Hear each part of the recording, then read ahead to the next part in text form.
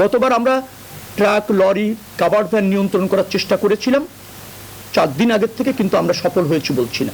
গতবার একদিনের ঝড় বৃষ্টি আমাদেরকে বেশ কিছু চ্যালেঞ্জের মধ্যে ফেলেছে। এবার যেহেতু সিজনটাই এরকম, অতএব এই ধরনের সম্ভাবনা তৈরি হওয়ার সমূহ সম্ভাবনা রয়েছে। রোজার ঈদের অভিজ্ঞতা থেকে এবারের কোরবানির ঈদ যাত্রা নির্বিঘ্ন করতে বাসের সংখ্যা ও মোবাইল কোড বাড়ানো সহ একগুচ্ছ সিদ্ধান্ত নিয়েছে সড়ক মন্ত্রণালয়। সচিবালয়ে এই সংক্রান্ত বৈঠক শেষে সড়ক পরিবহন মন্ত্রী শেখ রবিউল ইসলাম বলেন, ঈদে বাড়বে না বাস ভাড়া। দুর্ঘটনা রোধ এবং যানজট কমাতে বাড়ানো হয়েছে হাইওয়ে পুলিশ। চলতি মাসের শেষ সপ্তাহে উদযাপিত হবে ঈদুল আজহা। সড়ক পরিবহন মন্ত্রণালয়ের সূত্র বলছে, এবারের ঈদে 1 কোটির উপরে যাত্রী ঢাকা ছাড়বেন, যা গত ঈদের চেয়ে বেশি। আর ট্রাকে, পশু পরিবহন ও পশুর হাট, সড়ক মহাসড়কে চাপ বাড়বে। তাই ঈদযাত্রা নির্বিঘ্ন করতে চ্যালেঞ্জটাও বেশি।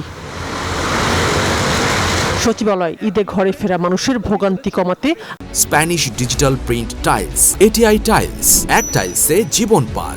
আন্তঃমন্ত্রণালয় বৈঠক শেষে মন্ত্রী বলেন, সড়কে যানজট কমাতে গার্মেন্টস শ্রমিকদের 3 ধাপে ছুটি দেয়া হবে।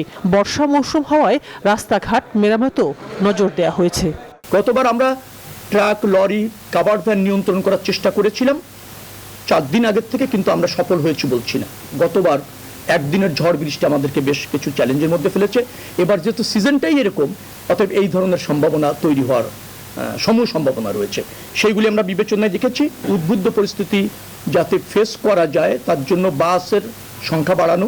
গতবার মনে হয় 24টি মোবাইল কোড কাজ করেছিল, এবার আমরা মনে করছি যে 69টি মোবাইল কোড যাতে পরিচালনা করা যায়।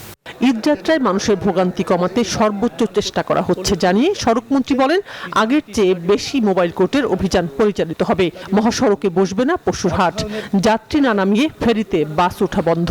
আমাদেরকে গত ঈদে বেশ কিছুটা বিব্রত করেছে এবং কিছুটা অনিয়ম, কিছুটা শৃঙ্খলা অথবা যানজটের ক্ষেত্রে প্রভাব ফেলেছে।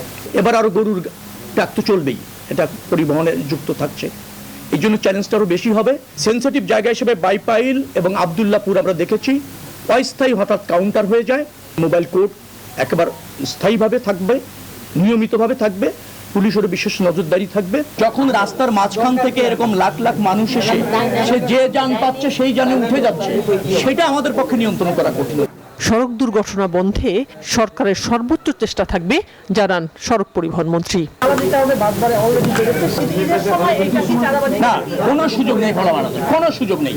শানাজ ইয়াসমিন, নিউজ 24, ঢাকা।